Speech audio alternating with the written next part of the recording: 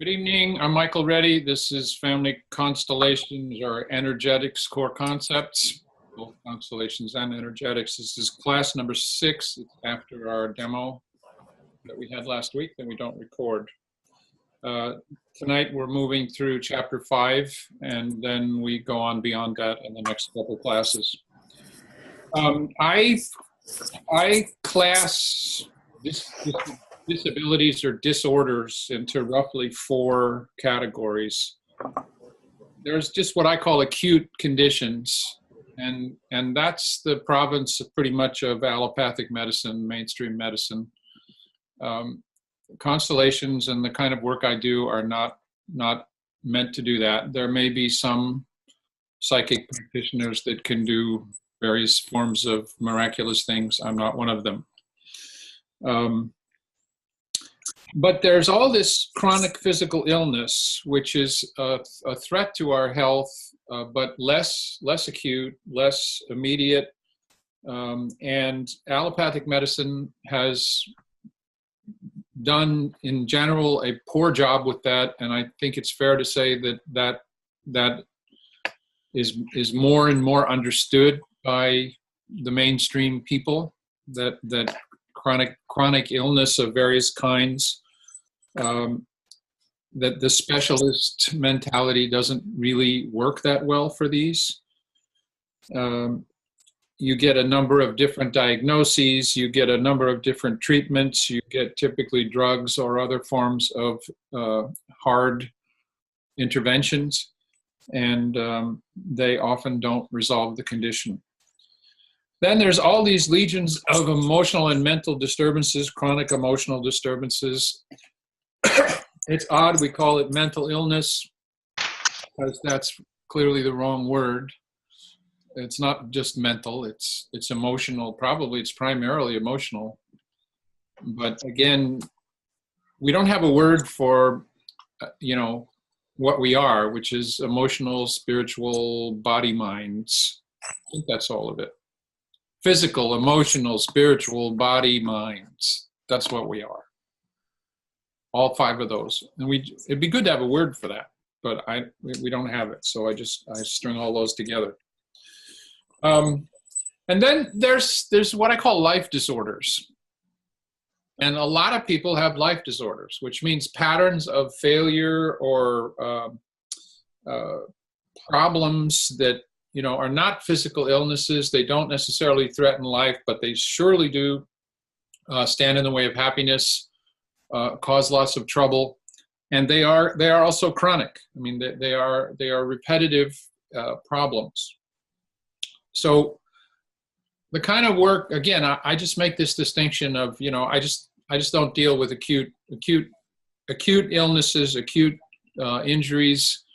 That's just not our game. Probably for most of you, that's true too. And I want to add this life disorders thing, because I think it's important. I think way more people have life disorders that don't get even thought about in mainstream medicine.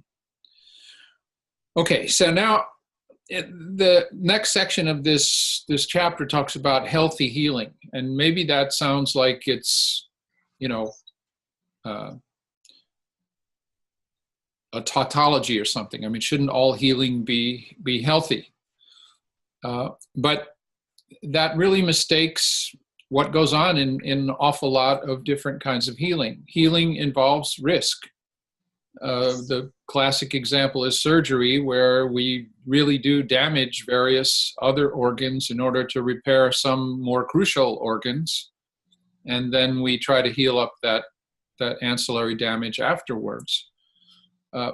There's risk with the drugs, obviously. I mean, these drug cocktails, I know my mom spent 10 years in the last 10 years of her life with this drug cocktail being changed constantly, as one of them would cause more side effects, and then they would change it or try to, tinker with it some more. So there's risk in healing. And so then it does make sense to ask, well, what's healthy healing? And when we come to chronic diseases, chronic illness, first of all, an awful lot of the time, emotional and physical stuff is mixed. They both show up at the same time, and they're related to one another. In my life, especially in the last 10, 12 years, I've watched disturbances bounce back and forth between my emotions and my body. It's been an interesting dance. I think at times, if the emotional stuff is too strong, it goes to my body to protect my emotions. And sometimes if the emotions are ready to deal with it, or the body is worn out, then it'll go back to my emotions. And I can just I've watched that go back and forth and come to expect it. Fortunately, I'm kind of, I think, through about, a decade of hard work in that regard. And all right, so now I want to talk to you about what I call the chronic disease trap, and I'm going to just read you a couple of paragraphs here from the book because it's worth giving you this detailed description. So we have this woman that I'm calling Alice. She's been diagnosed with a chronic digestive disorder. She's got troubling skin problems. She doesn't like her career much anymore. She's a hair dresser, and the chemicals are getting to her. And she's growing rapidly apart from her husband of 20 years because basically the kids have grown up. So the kids two boys aren't there anymore. So she's got an internist and a dermatologist, and they keep sending her for different tests, and they prescribe different regimens and drugs in what is their sincere effort to help. She's told to eat no fats. She becomes gaunt and bony. When I first saw her, I'm changing some things here, but this is basically, it's a combination case study. But when I first saw her, she was all gaunt and bony. And then they keep doing these tests on her, which they do for insurance purposes and liability purposes, because they don't, we live in this litigious society. And some of the numbers that come up in these other exploratory tests are not in the, quote, normal range. And you have to understand, this normal range is just a statistical fiction. It doesn't say anything about what's normal for a given person or what's balanced or healthy. It just says that on average, people with such and such a number, if you look at millions of them, certain outcomes are likely. So now, she's going for these tests a lot of the time. The impact of the way the doctors talk to her and these tests and everything are like, well, maybe there's even more things wrong. She's, what I mean? Her mind is full of, oh, what now? What else?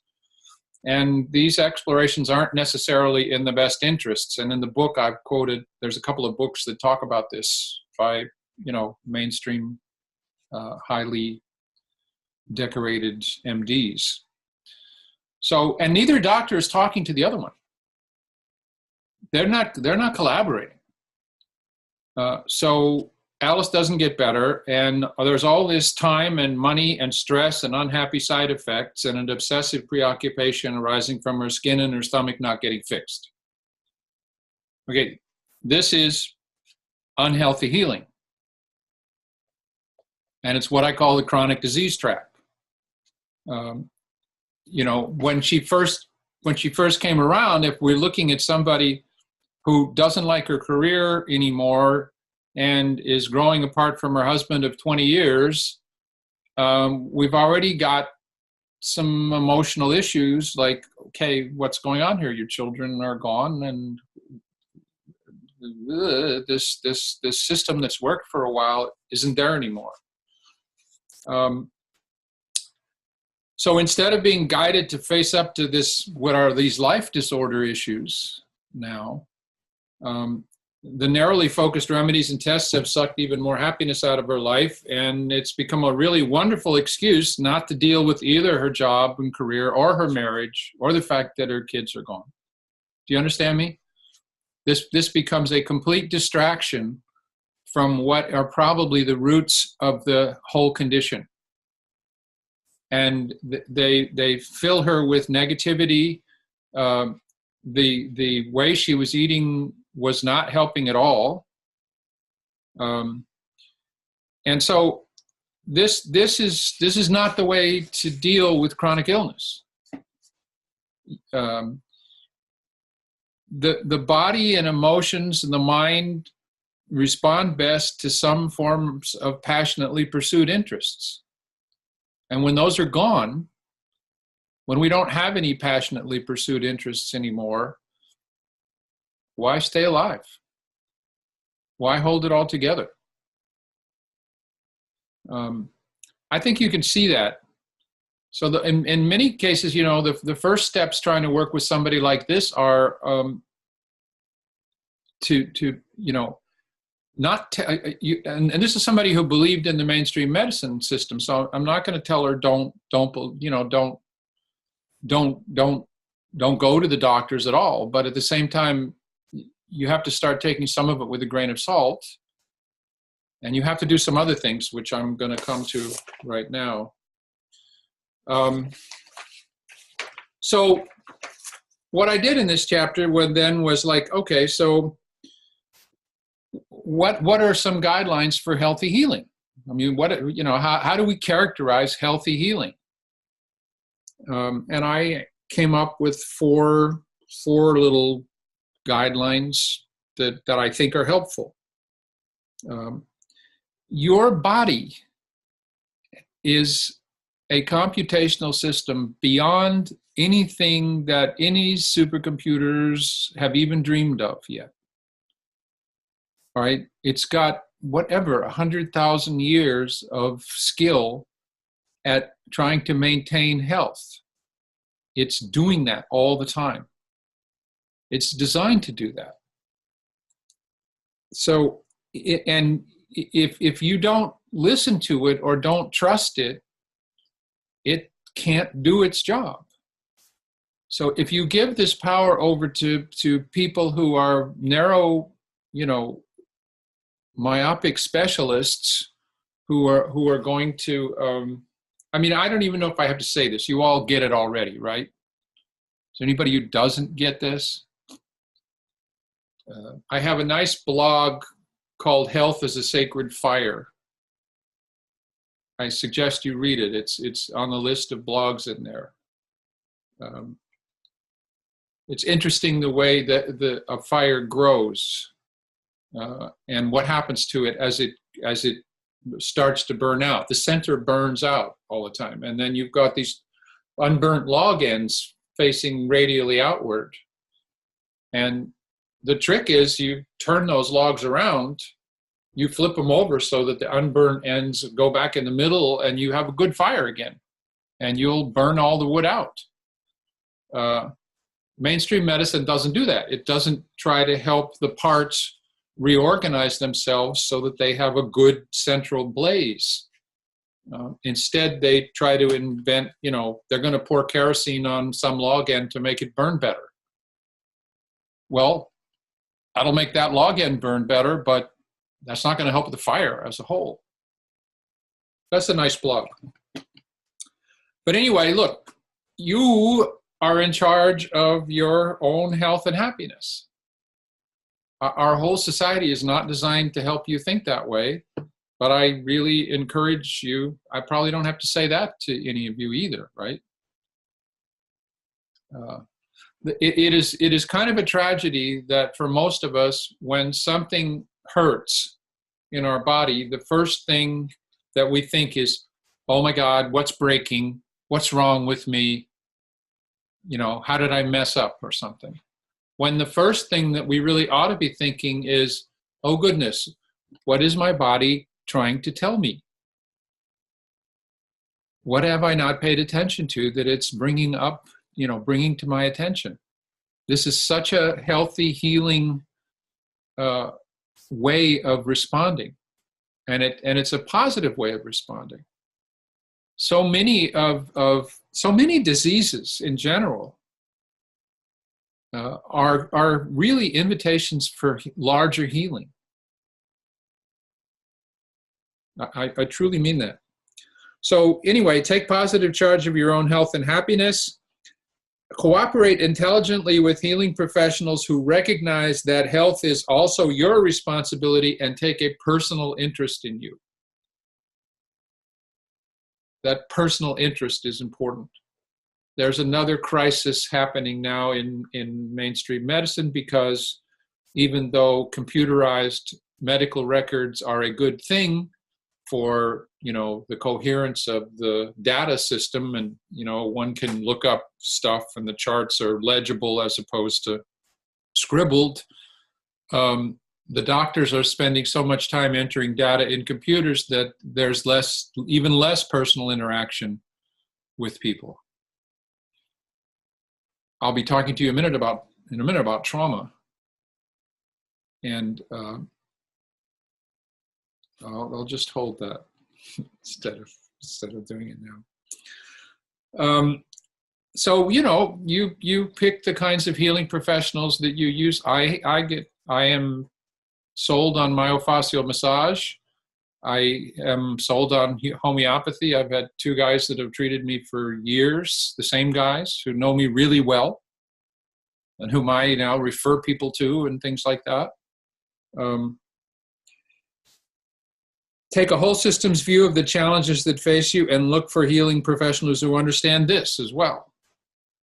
That is to say, healing professionals on the one hand who understand that, your health is your body's business, and they're not some kind of experts who can override everything. And secondly, that this is a whole systems problem. Life disorders matter. Life disorders so often precipitate what are called physical and emotional illnesses.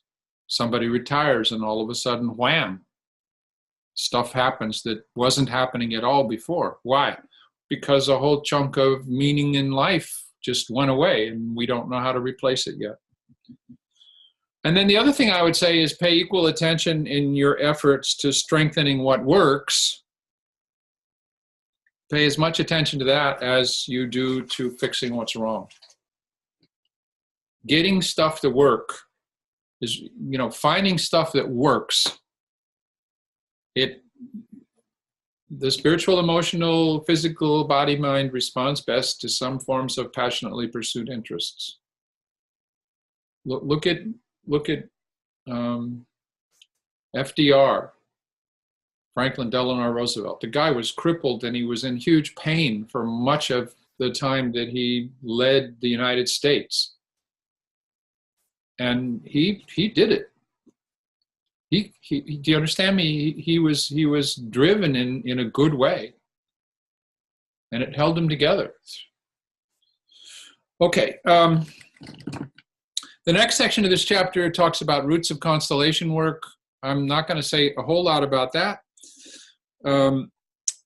except for a couple of remarks, and then we're not going to questions yet. I don't know that I'm back from vacation yet. This is my first day back from vacation. I'll have a sip of tea. So, people in the United States, I don't know, it may have changed some now because I have by choice had less and less contact with the strict constellation community in the US and Canada, even though I was heavily involved in promoting it and all that stuff for a number of years. But it was the case that, people were going around saying Bert Hellinger invented constellation work. Okay, he synthesized out of a whole bunch of different therapies something really important, and that's a very creative act. I give him a lot of credit for it. But to say that he invented it is, or to credit him with it is, there's 2 problems with it. One, it's patent nonsense, if you look at the history. And 2, for the people who are about honoring ancestors to ignore the intellectual ancestors of constellation work seems to me to be a rather paradoxical problem. Does that make sense? Okay, and the intellectual, I mean, Hellinger lived with the Zulus, and the joke is that, you know, they converted him to ancestral presence, and instead of, he didn't convert them to Catholicism, he left Catholicism, he studied psychiatry, and then he came to North America, and he spent time with Eric Berne and Joseph Moreno, you know, transactional analysis, psychodrama, Milton Erickson, brief therapies, bourgeois-ménage, hidden loyalties, and Virginia Satir, whom many people, who was doing something called family sculpture. And between psychodrama and family sculpture, you have the basics of constellation work. Even, I mean, Hellinger didn't pay attention to it, but as we've seen in an earlier chapter, Santre therapy. So there are these roots. I consider it wrong-headed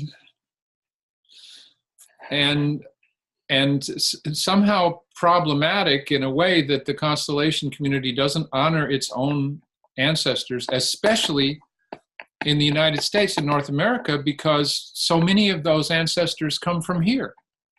Some of them were immigrants, but they all did their work here. Hellinger spent nearly 20 years here. So if I go to a Association for Comprehensive Energy meeting and say, okay, the roots of constellation work are Virginia Satir and blah, blah, blah, blah, blah, I get immediate respect. If I say Bert Hellinger invented it, Bert Hellinger is a very problematic figure. He's the best description of him, you can read more about it in the book. He's a mountain man. He's an amazing explorer. Mountain men like to be out on the, you know what I mean, in the wilderness, doing stuff that nobody's done, seeing things that nobody's seen, but they don't build roads for other people. Do you understand me? Do you understand that analogy? I mean, they're not going to help other people get out there. In fact, they really don't want other people out there, but I'm not saying that about Hellinger. So I think he's a great man. I think he's a great philosopher. I stopped reading him at a certain point because he contradicted himself every other chapter. And that's not my style. You know, he never put anything he said in context. So you could read his statements in one place and his statements in another place, and they were absolutely in contradiction to one another. And those contradictions could resolve if one did a little contextualizing or a little nuancing. But that was not his style. So very quickly then, you know, if you're looking for good constellators, and I don't know what, you know, you guys may not need this too much, so I'll go quickly. But I mean, you know, you want to, if you're looking for a facilitator for constellation work, whether it's private or group form, you need to find somebody you feel comfortable with. You should take your time doing it. For me, I look for patience and soft focus. I really don't want somebody who's going to jump to conclusions or make judgments quickly. It's nudges, not fudges or judges. I expanded it from what was in that chapter. In the chapter I said nudges, not fudges, but I've added since then judges as well. So nudges are, hey, you know, we've been through this, right? Nudges are, hey, what do you think about this condition of your grandchild here? Are you sure that's what you want to see? And then go away and leave him or her alone and come back later and see if it took root, you know. We're going to be talking about resonance in a minute, and I hope that will make the earlier remarks even clearer.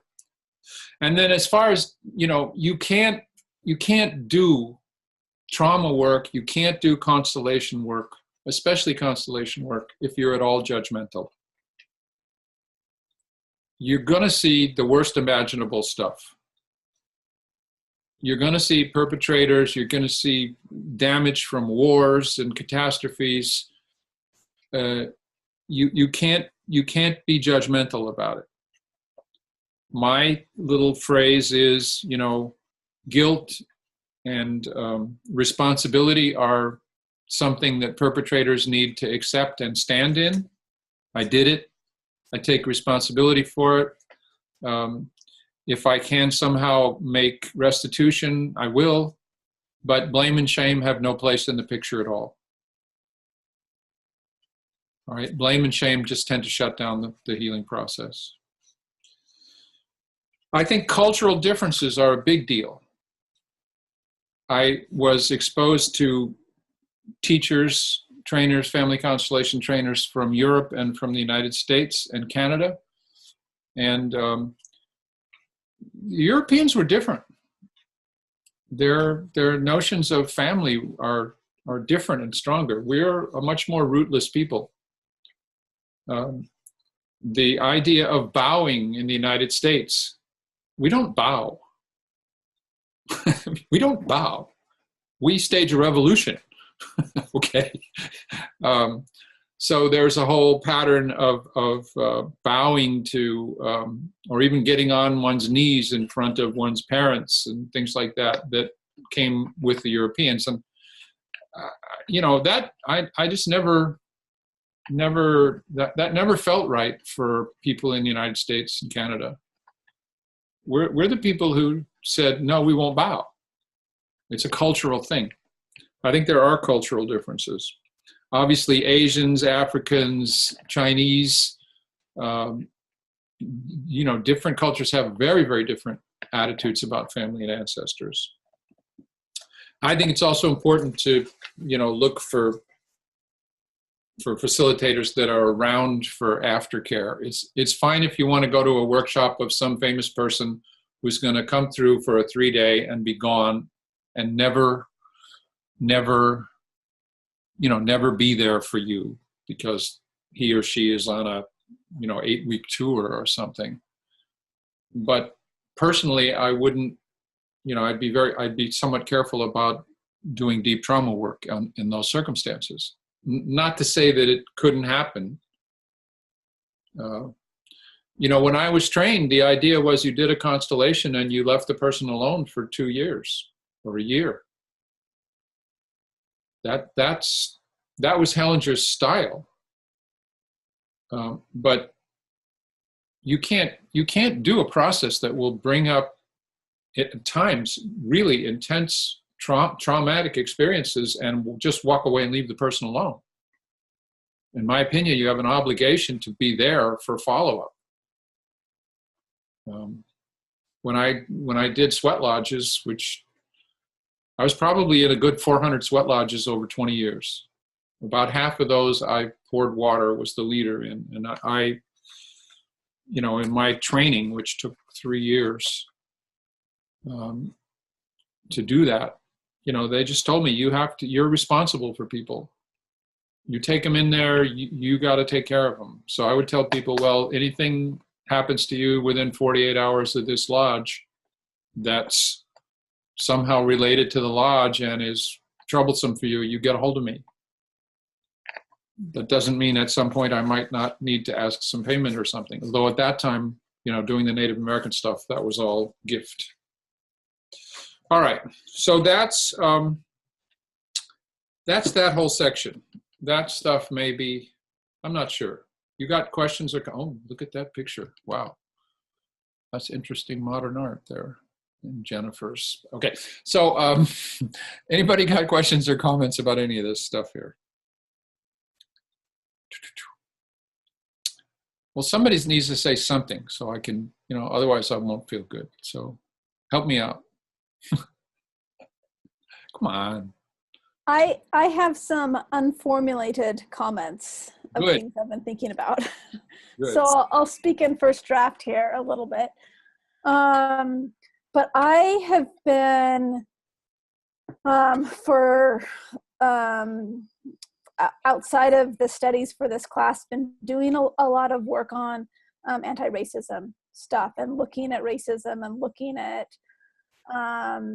all the components of white fragility and white privilege. And then I also got to see Black Panther, and my brain is like thinking about them in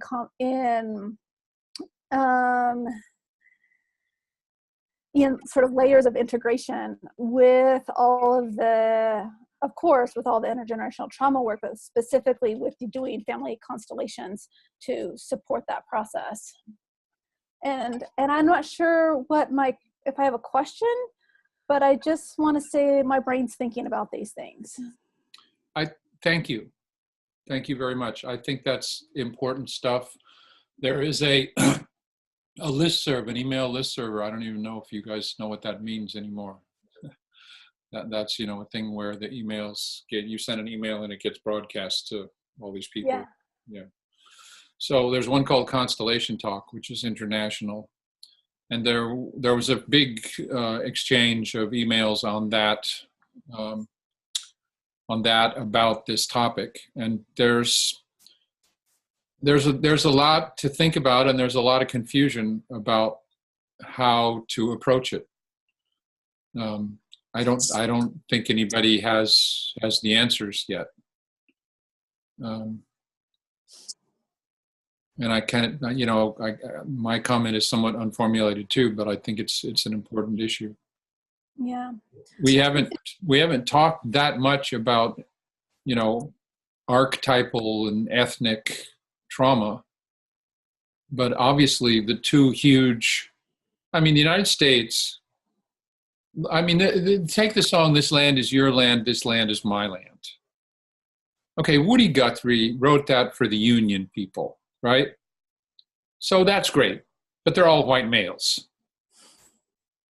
And the truth is, no, it's not your land. It's not their land. It first belonged to the red people, and you just came and killed them off with disease and warfare and stole it from them. And then you stole people from Africa and brought them over here and enslaved them. And so whose land is this, right? Whose land was it? Who deserves to call it their land? These are really big questions, and like with so much else, they're bubbling up very strongly right now. Thank you, and I don't know that I helped very much with that. I think it's more so just sort of naming that being part of the territory. And I know you're talking about cultural differences, and this is just adding another level to that. Yes, it is. And there's something about intergenerational oppression and sort of navigating that piece of things that I think it can. I've been just to the best of my limited ability been trying to navigate that in the work that I do with folks, including with some constellation stuff. And it's cool work, but it's a whole territory that I am just humbled by.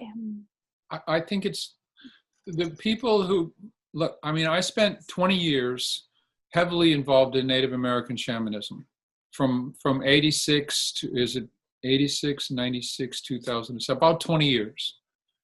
And I was always an extremely controversial figure. I had my teachers and supporters who believed that this form of spirituality was too important not to be shared, because the world was going to die if we didn't share it. And then there were all the other blood, native, and ethnically related people who say, this is our cultural possession, and you as a white male, as the oppressor, have no right to be practicing it.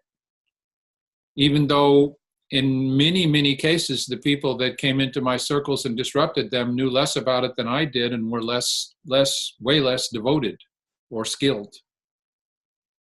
And so, I took shit, in a sense, trying to be in that space for a long time. And then 2006, 2007, said, I'm not going to do it anymore. First of all, I want to get paid for my healing work. And second of all, it's too hard to be in this space. If you were a white woman, that was cool. You could be a medicine person, especially if you were a beautiful white woman. But if you were a tall white male from New York City, no. This is a whole other story. So, I like this gets to this white fragility thing. I didn't enslave anybody. I gave 20 years of my life trying to help the Native American way and, form of spirituality grow, and took a lot of damage for it. So I don't want to, I don't want to sit around and feel guilty. At the same time, I am the recipient of all kinds of privilege, and enormous amounts of privilege based on the fact that I'm male gender and highly educated white person. So it's a very difficult space. Okay. So let's move on. That was an interesting sidelight there. Resonant. Yes. I have a comment, and that's one of the things that you seem to be bringing up, and that occurs to me, is the complexity. And I think that the inherent complexity of us as people with our families and our family ancestral patterns contribute in great part to this being a healing modality that can work. And I think that what you're bringing up, all of these aspects of that, especially the emotional, physical one, I think is a really important aspect to consider in the context of family constellations. So, I mean, you were asking for comments and for feedback, and so I just want to affirm and acknowledge how important that aspect that you're bringing into the picture lends to the picture of family constellations. Okay, thank you. Mm-hmm. Appreciate it, Linda. Okay, resonance. I'm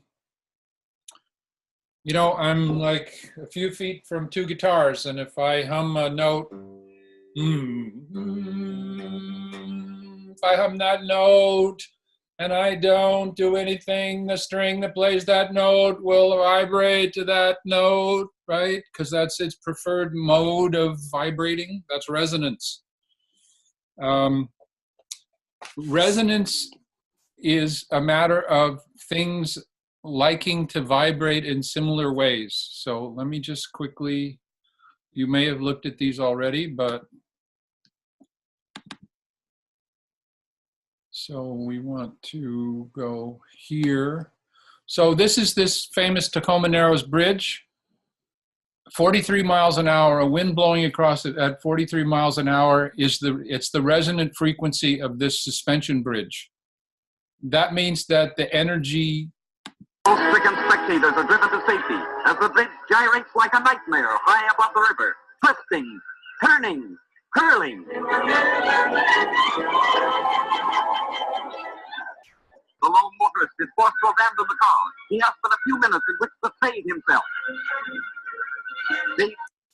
Okay, think about a swing. You're pushing a child on a swing, right? You have to push in phase with the resonant frequency of the swing. Do you understand me? If you push when it's coming back towards you, you're just going to stop it. But if you push small amounts at just the right times, you will impart an increasingly large amount of energy to the swing. That's what's happening here. Now, the engineers who built this had no idea that a wind blowing across this at 43 miles an hour would do this. No idea whatsoever. People who built bridges, they knew that they had to have an army walking across the bridge had to break step. They couldn't march across it at the same, in cadence, because they might hit the frequency that would make the bridge vibrate. So then they built this Millennium Bridge in Great Britain, in England, in London. And they had this astonishing thing of, this is the first time people walked across it, right? And it turns out that it has a resonant frequency, not for up and down vibration, but for sideways vibration. And so out of 2,000 people walking across the bridge, a couple hundred of them are stepping, you know, when you step forward, you're pushing off forward, but you're also pushing side to side. And there's a small amount of energy imparted that's in a sidewise direction as you switch your weight. So with 200 out of 10% of the people on the bridge walking in exactly the resonant frequency of the bridge, then the bridge starts to go back and forth slightly. As that happens, that tends to make all the other people on the bridge start to walk in phase. They start to resonate with that because it's a problem to step against the motion of the bridge. It's easier to step with it. So then you get this thing. So here's this brand new multi-million-dollar bridge doing this on the first day.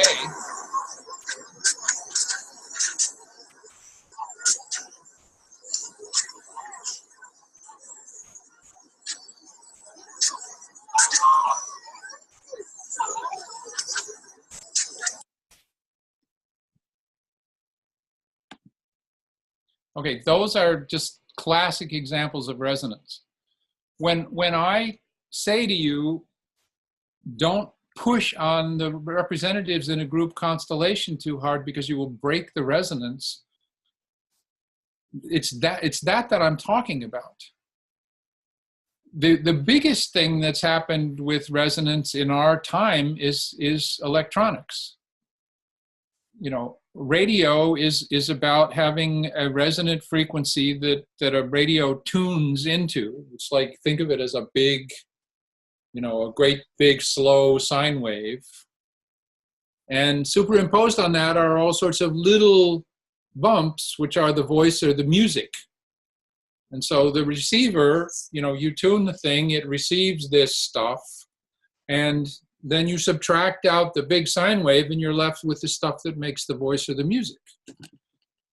Everything that we're doing, the cell phones, the Wi-Fi, all of this is basically electronic resonance.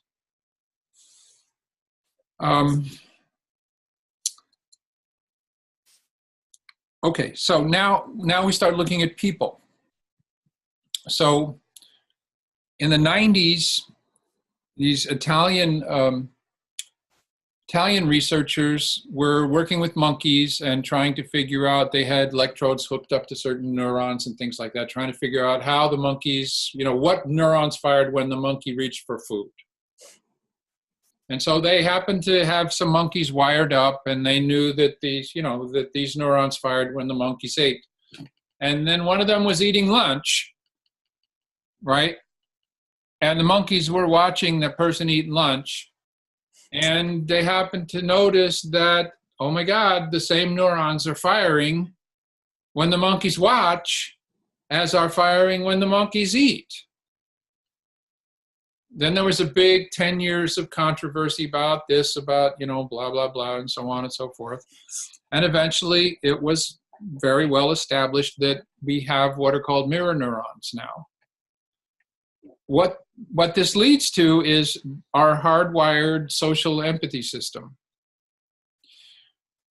We understand what it means. Like when I look at someone's facial expression, when I look at someone doing something like eating, or I look at someone and they're swinging an axe in some video or something and they missed the piece of wood and they chopped their ankle or something, yeah, I see somebody made a face. You made a face because Gwen made a face, because even just hearing that, the same neurons that would be doing this are firing, and it's like this sort of phantom signal that's sent down into your body, and your body then transmits back, well, that's what it would be like if this happened to me. Do you understand me? This is built into us. This is a big deal. The best book to read about this is Mindsight by Dan Siegel. I really recommend it. You'll be hearing more about it as I go through the next couple classes. They basically have decided that there's something called social neurobiology. The premise of social neurobiology is you can't understand the human nervous system or brain as an isolated entity. It's not built to be an isolated entity. It's hardwired to empathize. It's hardwired to bond.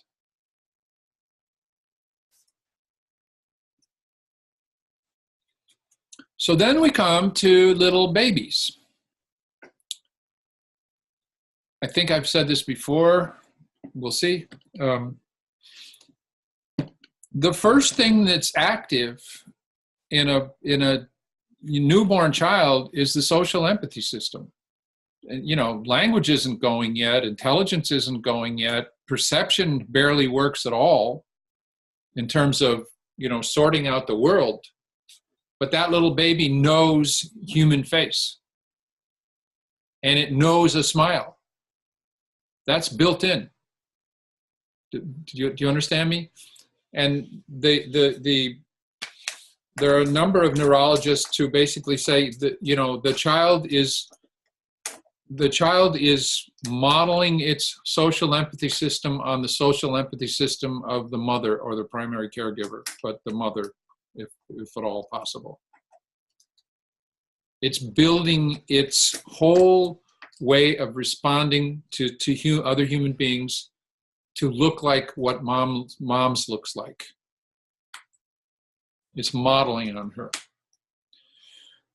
So what can happen? We come back for a moment to the history of constellation work again. So when I was first trained, very first workshop I went to ever, they made a great, big, huge deal about the fact that Bert Hellinger discovered interrupted movement. And interrupted movement is when the baby or a young child reaches out for love and the mother doesn't give it, the caregiver doesn't give it, and the child turns away and says, okay, I won't ask for it. That's interrupted movement. And this was like a huge big deal that Bert discovered this. Only, unfortunately, that's only one of the 4 forms of human attachment that were, quote, discovered, uncovered by this guy named Bowlby, B-O-L-B-Y, in Great Britain after World War II, studying orphans. And these 4 forms of attachment are the ways in which the social empathy system of this very young baby can shape itself. So there's what's called secure attachment, which means that there's enough care. It doesn't mean that mom and or dad or caregivers are absolutely perfect or can always be there, but it means that there's a bond that's established, that the caregivers are, you know, there most of the time, certainly the important times, and the child is securely bonded. And this, again, is a form of resonance. It's a form of resonance with the social empathy systems of the caregivers. And this is like, again, this is way before language and thought. So secure attachment, if you're lucky, is what you grow up with.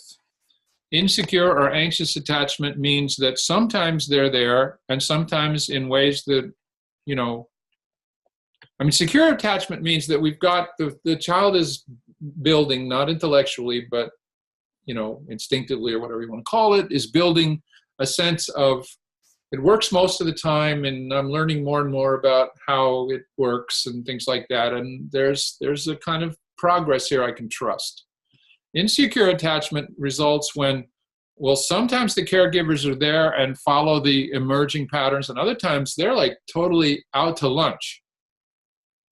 And I, as this little infant, can't tell which is which. My little pattern recognition mechanisms are unable to sort out what the differences are between when it works and when it doesn't. Does that make sense? So for reasons that are inexplicable to me, and again, this is not intellectual learning. This is base level unconscious pattern recognition.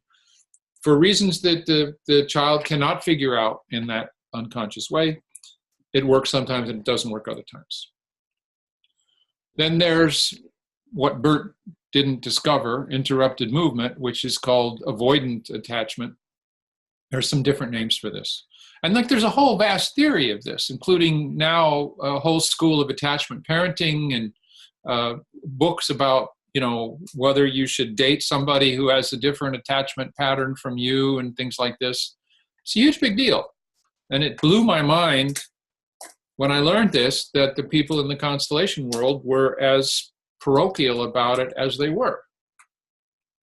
And that they really didn't want to hear that, there was this whole field. So avoidant attachment is like the sour grapes thing. It's like, hey, you don't help me, so I'm not gonna ask it from you. I don't want it. And there's these tests that they do with moms and babies where they can tell, what kind of attachment the child is forming. They're pretty simple tests. And again, this is in Mindsight. It's worth reading. It's a good book, really good book. And then there's incoherent attachment, which means that now we've got some situations where there's some really significant abuse going on. And what that means is that the very source of love and care and life that the child is absolutely, totally dependent on is at times consciously damaging the child. You can see what sort of contradictory patterns that's going to set up in a child. That means that, there's in tests with little kids like that, it's like, a little child will walk over to mom with its arms spread out and then stumble and fall down and cry, or there's this approach avoidance thing that develops because, I want to go, I want the love and the care, but I don't dare because I could get really badly hurt. And this results in personalities that are really badly damaged. Okay? All right, any thoughts or comments about any of this stuff before we go on?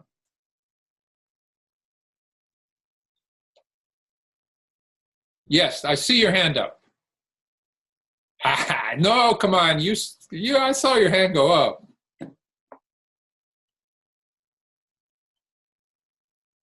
You can't. I was scratching my head, but when you were talking about the incoherent attachment, and earlier you mentioned about you're just going to see all kinds of unimaginable stuff. I don't know. I connected those two pieces, and with insecure, you mean? With the incoherent attachment. Yeah. And, I just thought of all the unimaginable sad stuff that's out there, Yeah. Yeah. Look, I mean, there are studies that say that we would be saving billions and billions of dollars in healthcare if we just took, spent a couple of billion on early childcare. Yeah. When a long time ago, maybe close to 20 years, I worked in the health system in Prince Edward Island, and there was suicide that happened in front of the three children. So it was the father, mother, in front of the three children. And the care that was put around those three children by the health system, they immediately dubbed them the $1 million babies, because they knew what the cost would be in healthcare coming up for them. And, I don't know what happened to the children, but I was around to witness the various pieces of the system coming together to put care around them. Mm-hmm. Yeah. Thank you. Yeah. And I do have a question from earlier. You were talking about constellations not being that useful for chronic care. Really? I think that's what you said. Oh, no, for acute. I'm sorry, for acute physical issues. Okay, now it makes sense to me, because I thought of your feet, and I thought when you experienced the constellation, your feet got better, but that would be something that would be considered chronic as opposed to acute. All right, I'm glad I cleared that up. Yeah, no, I think that was chronic. Although it was, Yeah. I was in an acute state Yeah. because I couldn't deal with the pain, Okay. and meds didn't help it. And okay. All right, no more head scratching. Yeah, see, it's dangerous to scratch your head around here.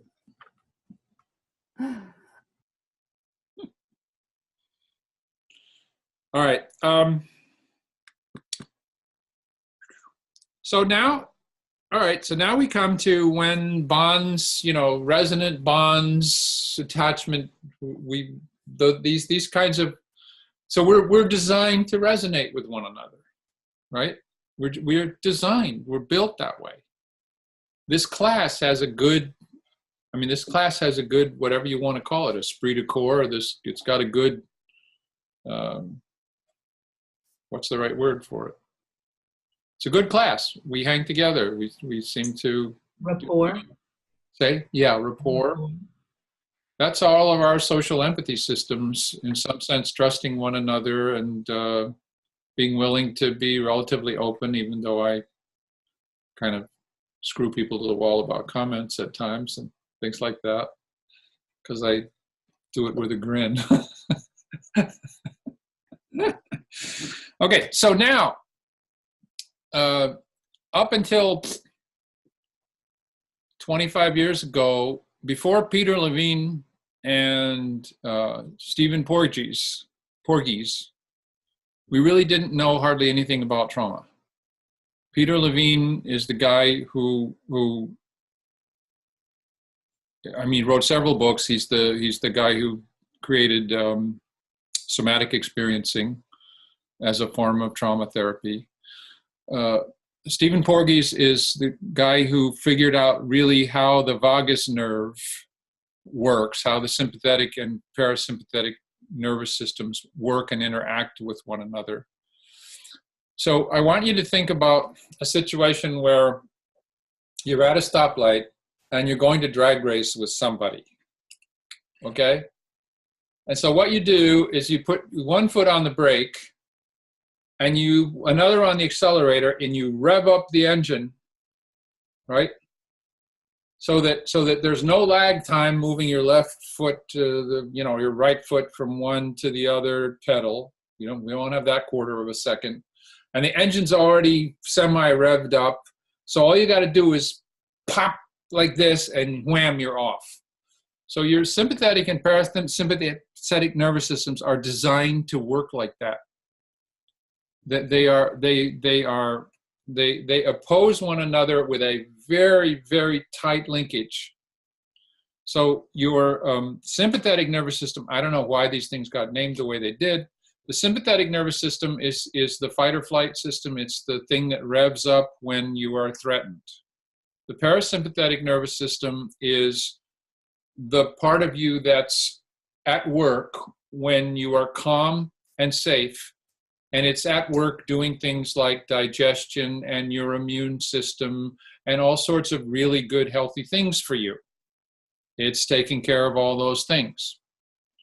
And when the accelerator gets pushed down and the foot goes off the brake, and no, I won't go there. The parasympathetic nervous system shuts down. And the sympathetic nervous system, revs up your whole body. All right, all your cortisol, adrenaline, all these hormones are flooded. Your parts of your brain, blood flow to parts of your brain, especially the left hemisphere, or the dominant intellectual sort of hemisphere. The forebrain, that blood flow is shut down. The blood flow to the limbic system is increased. All this stuff is done to preserve, to somehow restore you to some sense of, to some situation of safety. Okay. That, we talk about the fight, at first it was called the fight or flight thing. Then it was called the fight, flight, freeze thing. Now I've got a blog that you should read if you haven't, but oh wait, I gotta share the screen.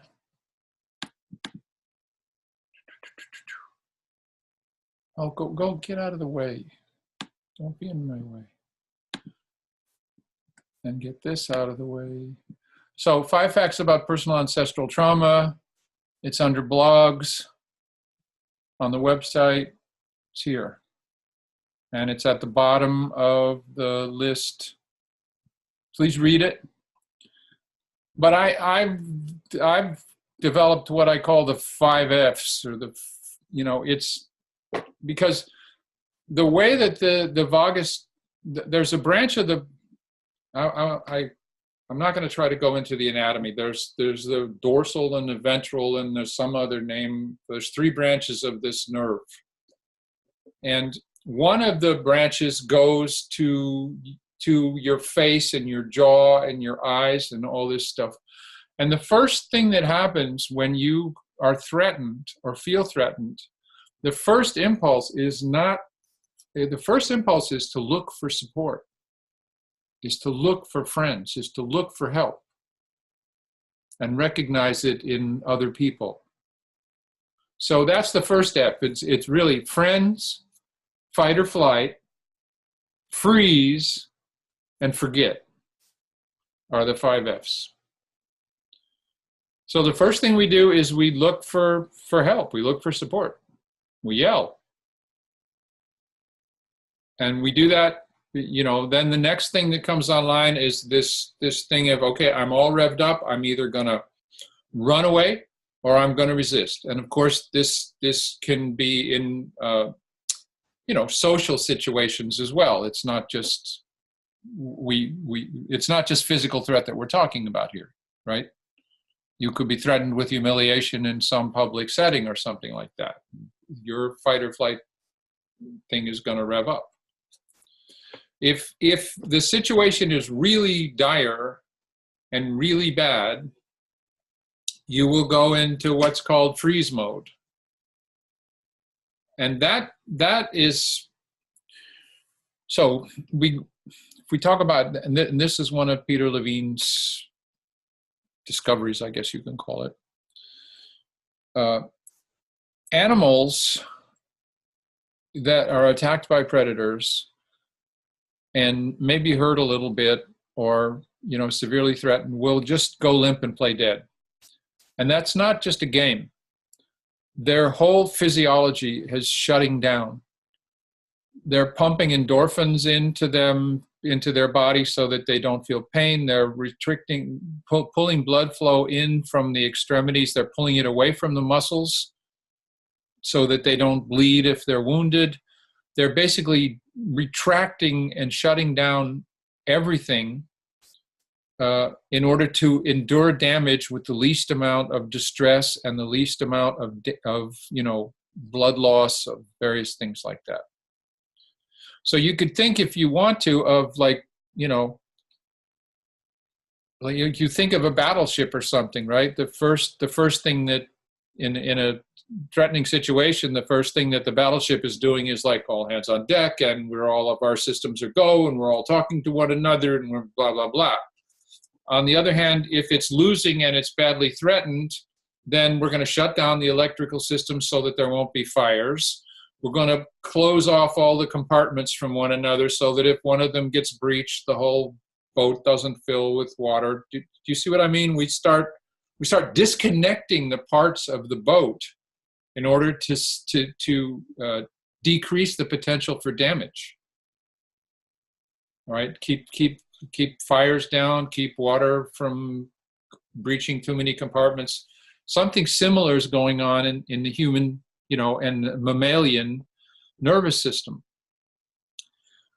So, and this works for animals, because if a predator isn't that hungry, or if a predator is a mother with babies that it needs to teach, then playing really, and almost being quasi-dead, then the predator may wander off to get the kids to bring them back so that they can learn how to make food. And the animal may have a chance then to get back up and run away. Does this make sense? I mean, this is real animal behavior. And the interesting thing about the way that the animals behave is if this works and the animal is unwounded enough, it will stand up and it will go through this terrible shaking process. And then it'll run off. But what Levine found out was that this, or I don't know whether it's not probably his discovery, but he applied it to people, is that they don't carry trauma after this. We human beings don't have that. When you think about this whole way that this parasympathetic and sympathetic nervous system work, is that they can have violently opposing reactions in a very short amount of time. They can turn everything on in an instant, shut down digestion, shut down all this anabolic stuff it's called, and start all this stuff that you don't want to live with all this defensive stuff going on all the time, because it's not healthy for you. But then if you go into freeze mode in a violent and extreme situation, then you went from like absolute flooding with energy and connection to complete shutdown. And there's something left. There's I don't know how Levine, I don't quite know how to explain it, but all of his work is based on the fact that there's that impulse to run or defend oneself. It's just kind of frozen in the brain, in the nervous system, and it's still there. And so acting it out under the right conditions is a way to clear it. But, animals don't need it. They somehow shake it off, literally shake it off. And there's a guy named Bertoli who's got these physical exercises, there's a book about it, that, try to induce this sort of shaking in the body as a trauma remedy. And then, this is a little bit of a sidelight, and then there's a guy named Bradford Keeney. You know that the Shakers originally shook, and the Holy Rollers went into frenzies, and there's another one too. I can't think of the name of it. But there is a kind of ecstatic shaking that is a religious experience, and the best and oldest practitioners of this are the Bushmen in Africa. And to me, it was profoundly interesting when it first came into my horizons, because I was raised on the Eastern meditative stuff, that the way to transcendence is to get really quiet and detached, and the idea that frenzied, uncontrolled movement of the body was also a way to transcendence. I just thought that was amazingly interesting, because it was just the opposite of everything that the Eastern people did. And the meditative ways of the East were designed for people who did physical work all the time. They weren't designed for people who sat at desks all day. Do you understand me? We are culturally and physically very different. Not to say that meditation is bad or anything like that, but so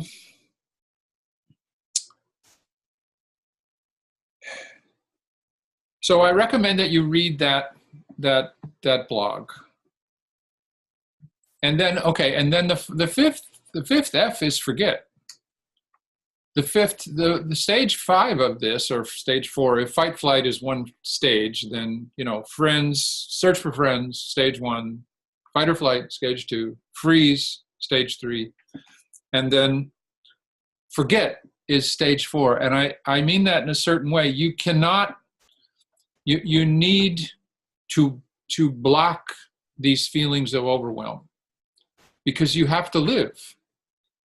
And it's very hard to live when you feel in fear for your life or threatened in deep ways. These are deeply disturbing experiences. So we repress them, we put them away. And that's what I mean by forget. And we have to. It's natural and normal. We have to do it. Because we're like boats in the middle of the ocean. We have a hole in the boat or something. We just got to patch it up as best as possible until we have time to dry dock the boat and fix it. We can't be doing a major repair when we have to get back to living quickly and efficiently. In Mindsight, okay, any comments or questions? Yeah, I don't think I'm doing very good at eliciting comments or questions this time. I'm not sure why. I think I'm still on vacation. Although, I don't know, whatever. Anyway, okay, so the most amazing insight to me in the book Mindsight, and I'll come back to this in the next class in greater detail, was this understanding. Oh, I'm sorry, no. Next thing here is, okay, the word trauma. The word trauma has 2 meanings, and it's confusing, I think, because of that. Trauma means the original experience that was somehow threatening. And I'm not talking about, there's trauma in terms of the ER, a trauma surgeon, that's damage to the body. I'm talking about emotional trauma, emotional overwhelm. So, there's the original experience, which is called the trauma. And then there's the after effects of that original experience, which is also called trauma. And those are 2 different things. So in this chapter, I called them origin trauma and after trauma, just to distinguish them. Origin trauma is the original stuff that happened. After trauma is the lingering after effects of it. When you look at origin trauma, there's kind of 2 kinds. There's what I called event-based and what I called pattern-based. Event-based means some catastrophe happened, something overwhelmingly difficult or humiliating, or something happened, deeply threatening, left a huge mark. Pattern-based means, well, it's not that anything super terrible happened, but the same stressful stuff, the same kind of humiliating stuff happened over and over again in the same pattern over years. That has the same kind of after effect as a single, huge, overwhelming incident. But it's the pattern now. It's not just one thing that happened. And then in the pattern, there might be some peak experiences, right? I think of my own case growing up with my dad. It was just always humiliation, always never good enough. But there were also some outstanding incidents of that in public. And those are, I consider to be event-based, but they were also just part of the pattern.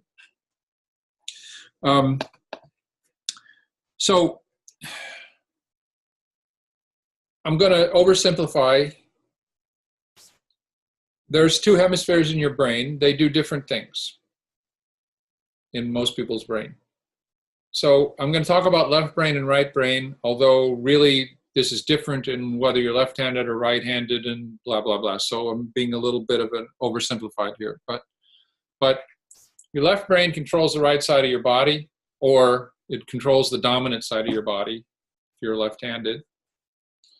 And in that side of your brain is busy doing intellectual stuff. It does language, it does mathematics, it does autobiographical memory, it generalizes. It's the conscious part of you that thinks about stuff. Your non-dominant hemisphere, it turns out, is probably way more important, because it's doing the basic pattern recognition work on everything that's coming into your senses at all times. It's remembering everything that's coming into your senses at all time, and it's doing the low-level pattern recognition stuff. That's called implicit memory or procedural memory. So an example of implicit memory is like riding a bicycle. You cannot explain how you ride a bicycle. I mean, we have no idea. We just do it. We can't explain how we walk. All that is implicit memory and procedural memory. So you have implicit memories of the experiences and the feelings in particular of threatening experiences. When you go into fight, flight, or freeze, the hippocampus, which is a structure in the midbrain, which is responsible for transferring, it's like this right brain basically creates the experience of the world for you and passes it over to your dominant hemisphere, which thinks about it, talks about it, builds autobiographical memories, does the mathematics, generalizes, and in particular, it's the part of you that creates the timeline that says something has happened, something is over, something is in the past. This stuff over in the non-dominant right hemisphere is timeless. It hasn't been time dated. So when you go into fight, flight, or freeze, and we'll go back over this with pictures next class. But when you go into the middle three Fs, fight or flight or freeze, your hippocampus, as the chapter head says, or the section, takes a hike. It shuts down. We don't need the dominant hemisphere in those situations. It's too slow. It's just, we don't have time to intellectualize about it. Or, the body and our reactions that are old take over. So the left side of you, the dominant side of you, has not actually gotten the same report of the world that it normally gets when you're not in fight, flight, or freeze.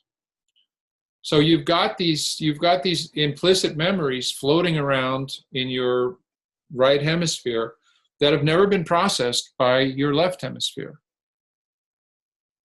So we can't remember them a lot of the time.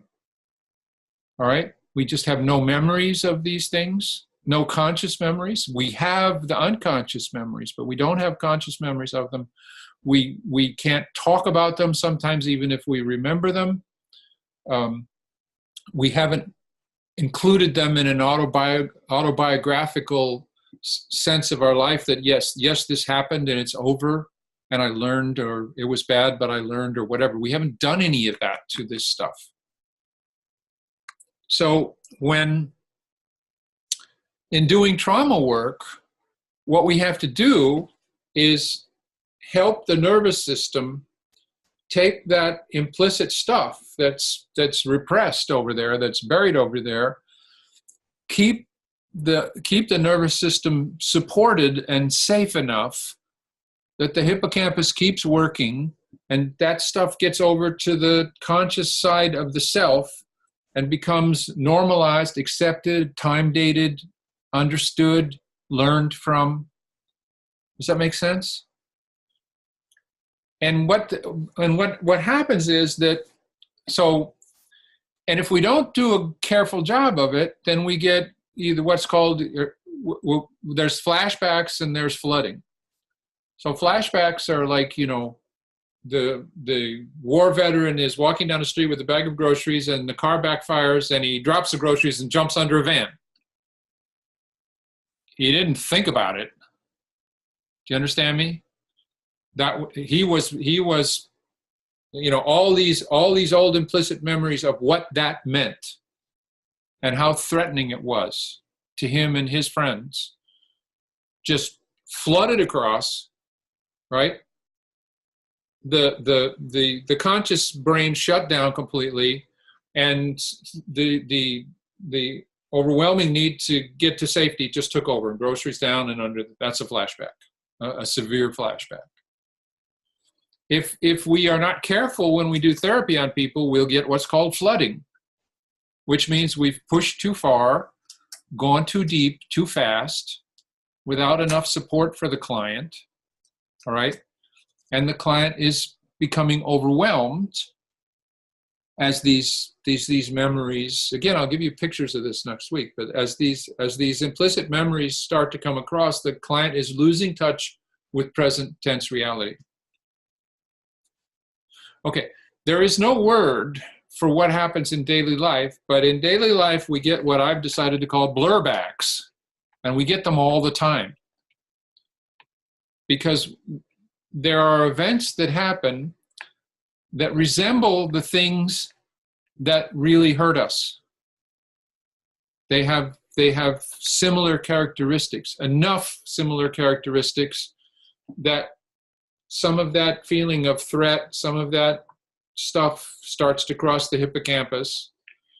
And the left brain is trying to make sense of this as if it's happening now, because it never cleared this stuff. Do you understand me? It never said, this is over.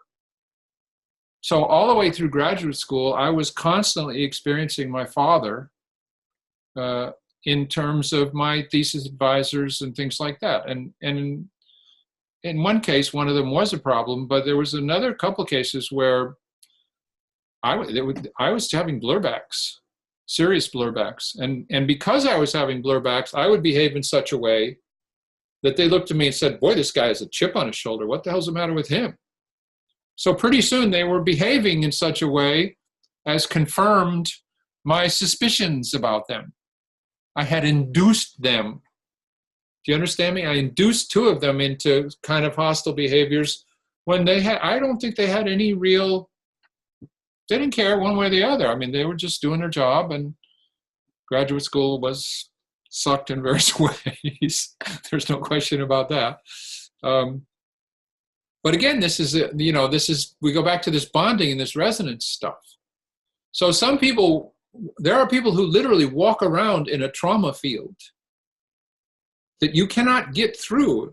I walk up to certain people, and the fact that I'm a tall white male, look a certain way, I'm dad.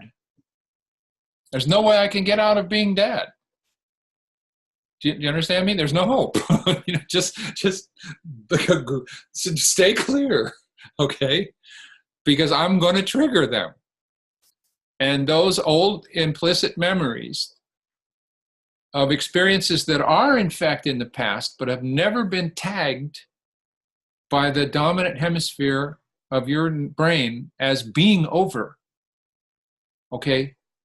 That person will still be experiencing them as if they're happening now, even though I'm not doing anything. I'm just standing there. Or even though my couple of thesis advisors weren't doing anything. Does it make sense? I think this is super important. The whole thing that we're trying to do in trauma therapy is get these implicit memories in the right brain of threat and overwhelm and pain and confusion and loss, fear, because they're all, they're not just narrative experiences. They're narrative experiences loaded with these emotions.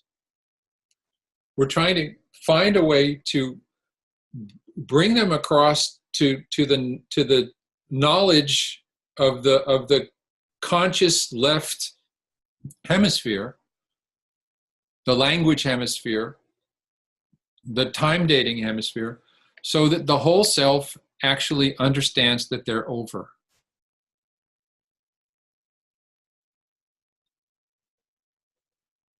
Comments, questions? Jennifer, I see is that a puzzled look on your face, or can you unmute?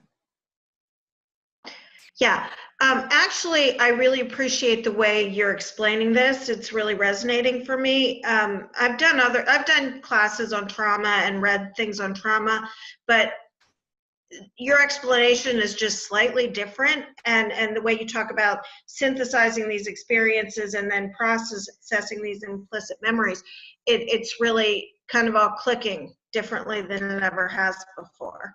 Thanks. So if I look puzzled, it's just that I'm processing. Thank you. Appreciate Sure. that. I mean, that's the experience I had when I read Siegel's book. Was like, oh my God, this is, now it's oversimplified somewhat. Bessel van der Kolk has written a book since Mindsight, and he's talking about the thalamus and some other, there's other midbrain structures that are part of this whole thing. And so this is somewhat oversimplified, but I think at bottom, it's true enough.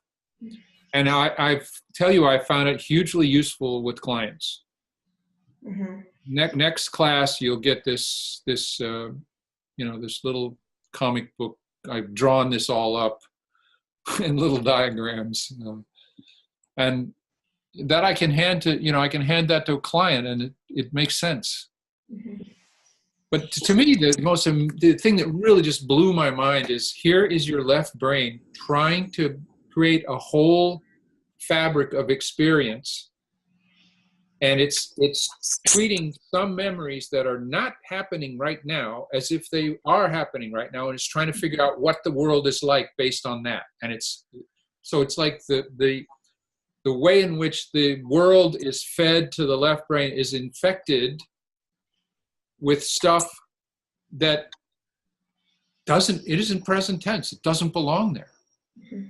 We're literally not present. And I mean, I don't think it's fair to say that there are very few of us that don't have some degree of trauma. All right. I think that understanding is more and more widespread. Not that we're doing a damn thing about it, but it's more and more understood. Michael, can I add something? Please. So I don't know if you remember this when we were working together consistently, but I had that blur back that, as you described it, you'd already described it to me. And one night I literally witnessed that happening. So I was experiencing the emotions come up in response to a trigger, and experiencing the emotions of the child, if you will, and seeing that this situation was not akin to what I was feeling, and just kind of witnessing all of it. And the emotions still came, but I was able to be in that state of witness at the same time. And that was really powerful. That's the goal. Yeah. Mm-hmm. That is absolutely the goal. Because if we can keep the nervous system calm enough and give it some information about what's going on, then instead of worry, fear, false conclusions, bad actions, more re-traumatization, we get this thing of witnessing. Yeah, and one more thing to add was that I was able to communicate to the person that in some way had triggered me, so that, just as you were describing, you triggered your professors, and then they behaved in the way that, you had anticipated they were going to behave. And whereas I was able to communicate in the moment when when the emotions were a little bit lower, that I was just having old stuff come up. And so then that was quelled between us. That's the goal, man. That's what we're here for ourselves and for all of our clients, I think. I think it's hugely valuable to understand and be aware that somebody across from you is having a blurback, or likely having a blurback, because you're not the target in the same sense, and you don't take it personally in the same way. Do you understand me? And then, just like you said, to understand when it's happening to you. Okay, so we're going to come back to this again. Next two classes, we really get into family energetics. Two of Peter Levine's big terms are titration and oscillation. And what he means by, titration from chemistry is when you add little bits of some agent to some other agent a little bit at a time and you watch the reaction. So that means, what he means by that is you don't plunge into trauma work with people. You support them, you go in a little ways, you see what's happening, right? And you try to, you've got to preserve the stability of the nervous system so that it doesn't start doing the 5 Fs again. Because if it starts doing the 5 Fs again, then you're typically not healing. But titration means go slow, and oscillation means you go in, and then you come back out and rest, and you go in a little further, and you come back out and rest. And that's true both in the longer term and the shorter term. In a given series of working sessions with a person, that's true. But then there's cases where, no, you've done a layer of work with somebody and they need to go away and assimilate for some months or a year or more. Because they need to strengthen that layer. That layer is, okay, that layer is healed, but it's fragile. And it needs to get strong enough and stable enough that it can be the container to go in further to some deeper layer where things are scarier. Does that make sense? So I got two big little, whatever they are, aphorisms or something that kind of sum up a lot of what I'm trying to say in this book about trauma. One of them is safe release mode saves. Before I knew anything about this, when I was doing the Native American work, I had this notion, safe release mode. Safe release mode means you don't go too deep too fast. Right? Safe release mode saves and acceptance heals. And acceptance is this thing of the left, the dominant hemisphere being able to process this stuff, remember it enough, understand it enough, come to the realization that yes, this was bad, but there's some good from it too. And then in particular, it's done. It's over. My daughter isn't still dying in my life. Do you understand me? Somebody who never comes out of grief over a lost child. Well, the lost child is still dying every day in that person's life. Do you understand me? That it isn't over. It hasn't ended. Anyway, I think this is fascinating stuff. Okay, so thank you very much. I want you to please start thinking about whether or not you want to do the home altar class. I'll talk some about that next week. I'll save that for next week. Thank you guys very much. You're a great group. You've got some very good healers in this group, in addition to very good people. So I appreciate you very much. And I'll see you again in a week. Okay? Thank you, Michael. Bye, everybody. Bye, everyone. Thank you. See you next week. Bye. Bye.